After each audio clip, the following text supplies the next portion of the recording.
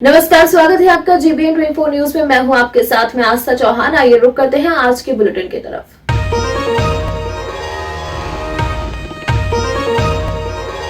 भाजपा अनुसूचित जनजाति मोर्चा के राष्ट्रीय अध्यक्ष और राज्यसभा सांसद समीर उरांव ने प्रेस वार्ता संबोधित वनाधिकार पट्टा और पेशा कानून पर समीर उरांव ने अपनी बात रखी।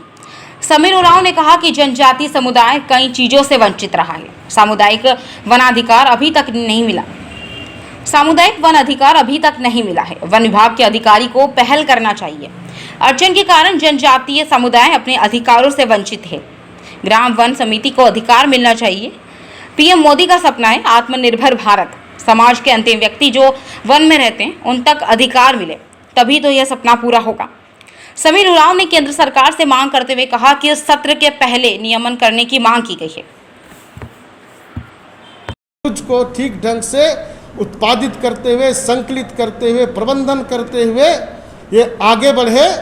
और जिस प्रकार से आप जो है किसानों के लिए जो एफपीओ है, उस प्रकार से सभी प्रकार की जो इस प्रकार की जो संस्थाएं निर्मित हो करके आत्मनिर्भर भारत की ओर आगे बढ़े, स्वावलंबी हो और जनजाति समुदाय भी इन सारे लाभ को प्राप्त करते हुए आगे बढ़े। इसलिए हम लोग अभी जो है सत्र 19 जुलाई से चलने वाला है, तो हम जनजाति मोर्चा की ओर से हम लोग जो है केंद्र सरकार से हम लोग निवेदन करते हैं, मांग करते हैं कि उसके पहले अगर ये सारे चीज़ें नियमन हो करके जनजाति समुदाय के लिए आप अगर समर्पित करते हैं, तो निश्चित रूप से जनजाति समुदाय अपने विकास के रास्ते आगे बढ़ेगा।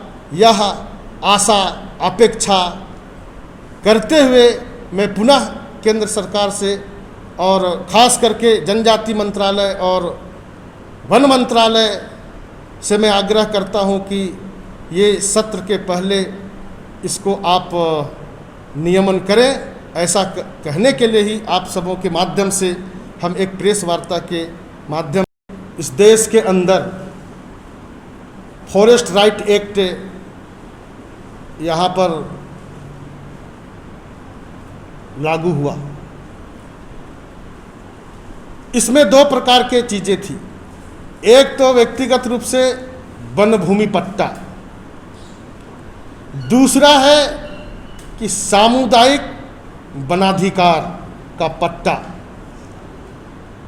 जहां व्यक्तिगत रूप से वर्षों से जंगल के अंदर में वहां के लोग जो है खेती करते थे, वैसे भूमि पर इनको पट्टा नहीं मिला था। ना वो फॉरेस्ट विलेज है, ना रेवेन्यू विलेज है। इस बीच में रहने वाले लोगों के लिए यह जो है वन भूमि पट्टा देने का प्रावधान किया गया था। तो ये तो व्यक्तिगत था, इसीलिए ये कहीं ना कहीं लोगों को 100 नहीं तो 50-60% मेरे ख्याल से लगता है कि लोगों को अभी तक में वन भूमि पट्टा मिल गया। लेकिन सामुदायिक रूप से जो है वहाँ के गांव के लोग, ग्राम वन समिति के लोग, जिस प्रकार से वहाँ के फॉरेस्ट प्रोड्यूस को जो है एक साथ में वो कलेक्ट करके, उत्पादित करके, प्रबंधन करके जो है व्यापार के क्षेत्र में आगे बढ़ करके अपनी आमदनी और अपनी आय को वृद्धि कर सकते हैं, ऐसे क्षेत्रों में उनको बाधा आया है। चूँकि ये एक्ट बना, लेकिन एक्ट में वैसे प्रावधान नहीं किए गए जिसके कारण ये लोग जब फॉरेस्ट में अब किसी भी वनोत्पाद वस्तु को जब कलेक्ट करने के लिए जाते हैं, जमा करने के लिए जाते हैं, तो उनको वहाँ के रेंजर, डीएफओ, फॉरेस्टर ये रोक लगा देते हैं कि कहे कि आपका इसमें अधिकार नहीं है, ये तो रिजर्व फॉरेस्ट है, रिजर्व प्रोटेक्टेड एरिया में आपको निषेध है, यहाँ नहीं जा सकते हैं। तो ये कहाँ से वो वनोत्पाद की चीज़ों को ला सकते हैं? ये आप एक्ट में एक लाइन तो दे दिए कि सामुदायिक वनाधिकार भी आपको प्राप्त होगा, लेकिन प्रावधान आपने नहीं किया।